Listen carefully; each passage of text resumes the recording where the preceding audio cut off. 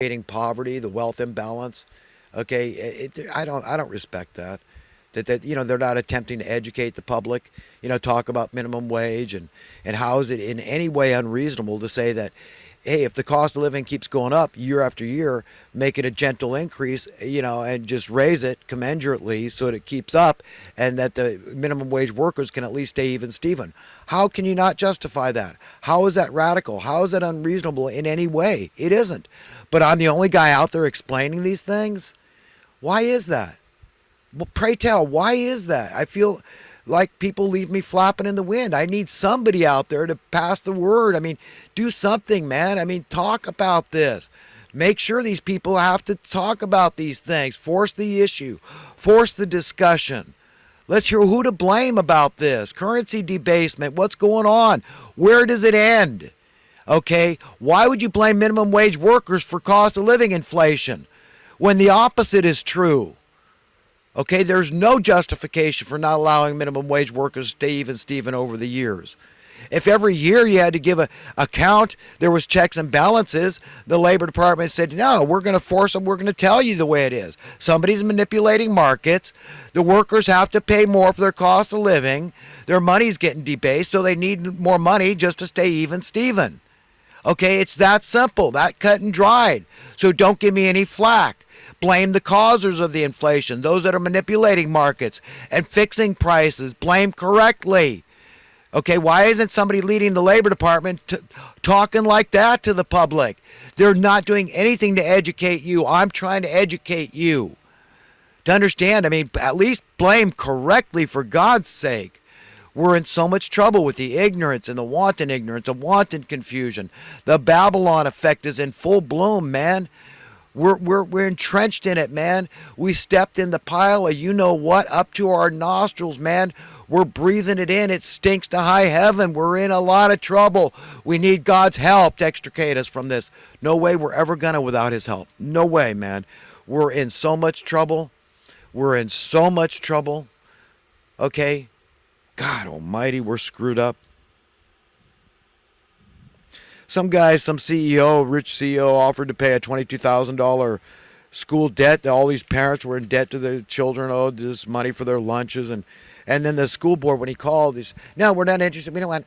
So it's all political. They want the budget increase. So we're going to starving kids. See how bad Trump is, right? Look what he's doing, man.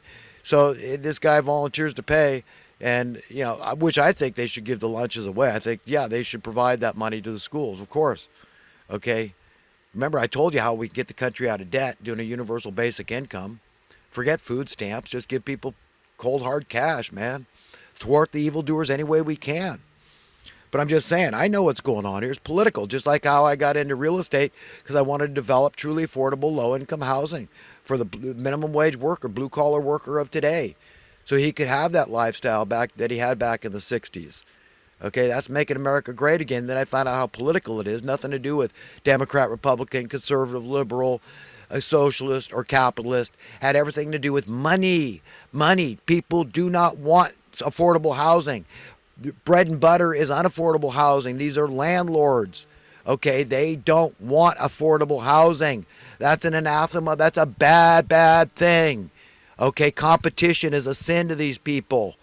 You don't want to give the people an option. You don't want them to have any way to get out from under the thumb of those landlords.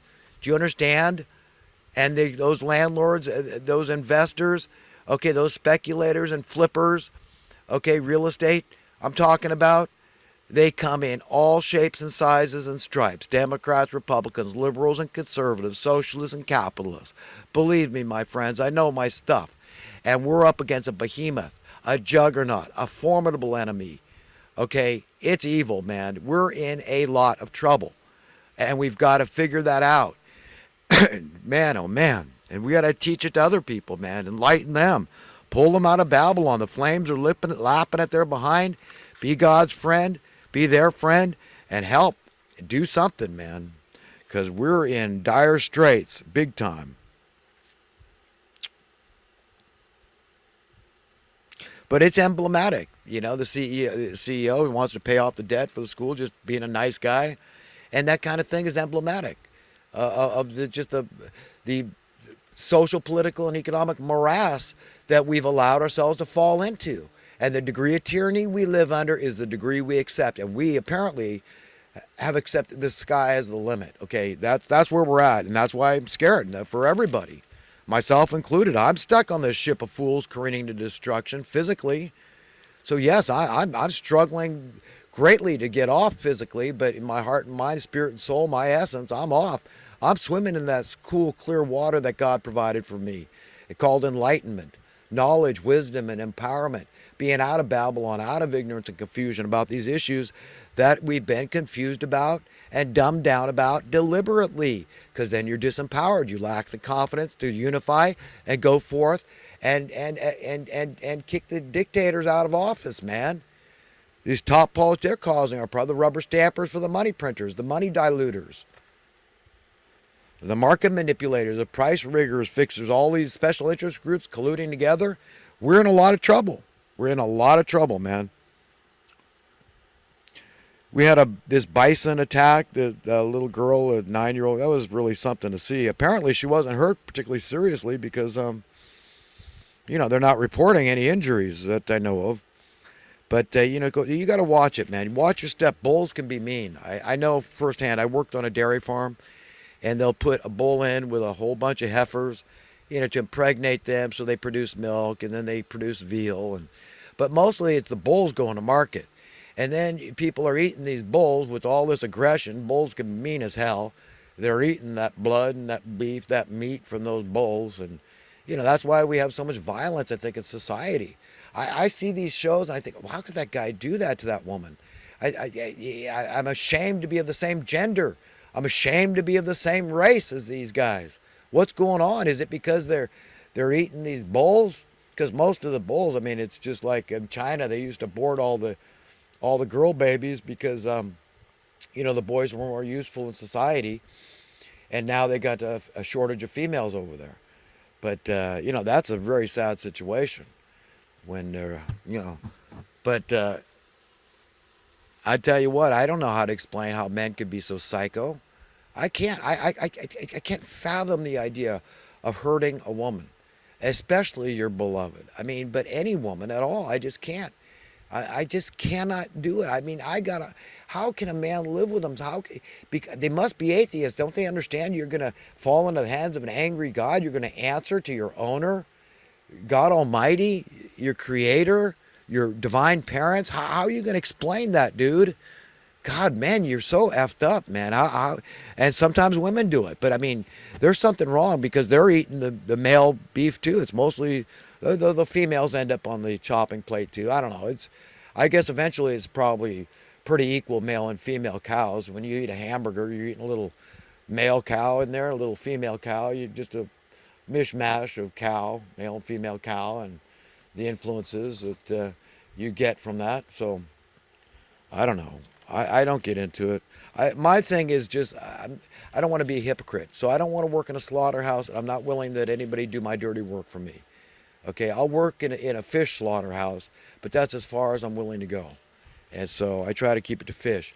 Even birds is difficult. Once in a while, on occasion, I'll be a hypocrite for Thanksgiving or something, and I might eat a little turkey and not make a big deal out of it. Figure I'll rationalize and say, well, group effort, I'm not doing that part or that part. But, and so if other people weren't willing to do those parts, then we're not having turkey for Thanksgiving. We'll have a fish feast, okay? And there's nothing better than fish and chips, I'll tell you what. I love to go visit my daughter now. She lives in the town of Pacifica, in Pacific Manor to be specific, and there's just the best fish and chip shop down there. The Camelot's. It's gotten very popular over the years, but I've been taking my daughters there since they were little girls. They could first start to remember they've been going there. They're just the best fish and chips in the world. There's no better meat in the world in my mind. So I'm willing to do that. I can catch the fish, I can cut it up, and I can do the whole bit.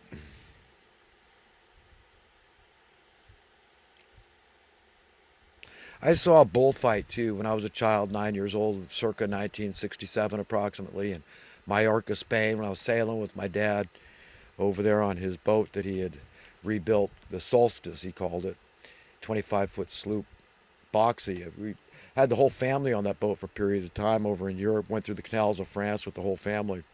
It was fun. Brings back fond memories. We used to tow the dinghy sometimes going down the river, and my dad and I would get in there, and we would, let my mom or sisters steer the boat while we were dragged behind. It was a lot of fun. I think we had safety. We probably had life vests on. There's a picture of us somewhere. I can't remember. But I see a big ass-eating grin on my face, and my dad too. We were having fun.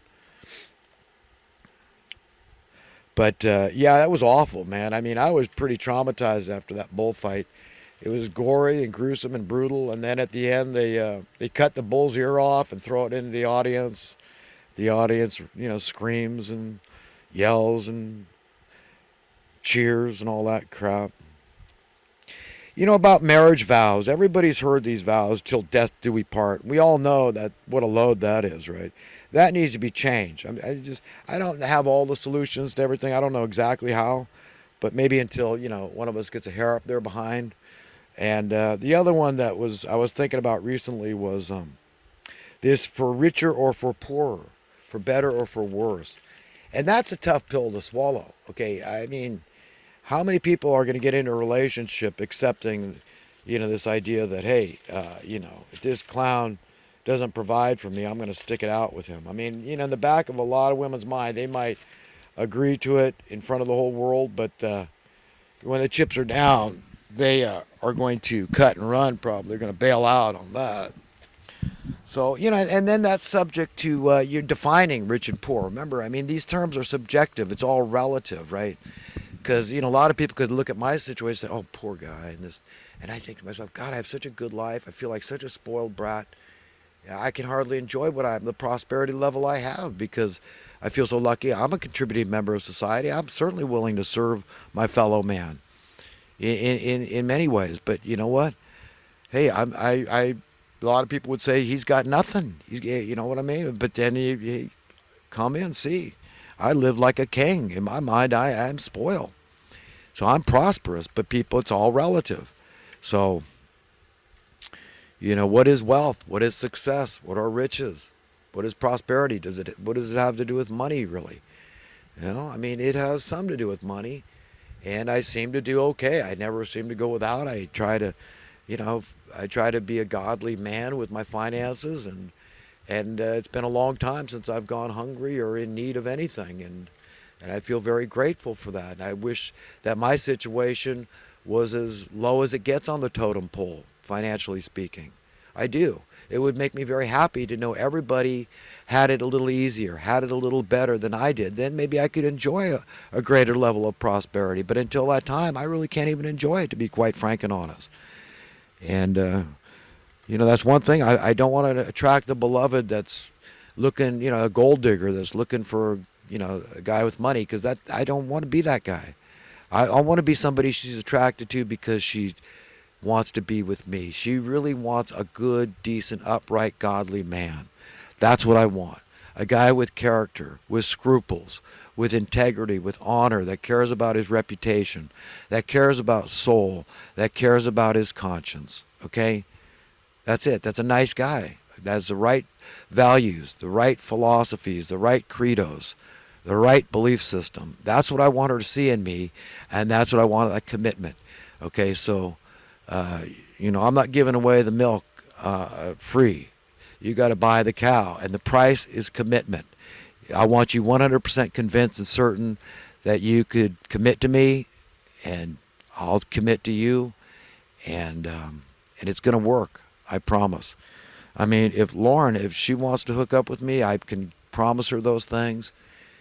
That there's no doubts in my mind. I just know that she's perfect. I cannot imagine she's an elitist, because that would be a turnoff if I found out that secretly she started to show that she's discriminative and for this reason or that, racist, or just elitist, hypocrite, live by double standard, just have those kind of belief systems.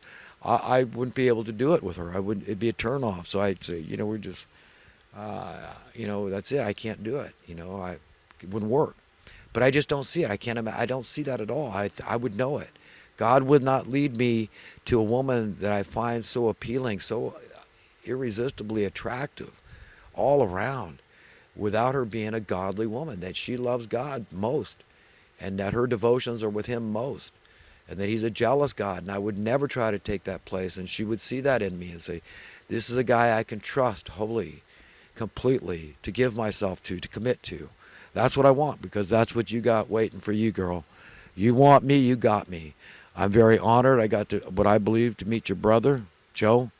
And I'm still smitten, very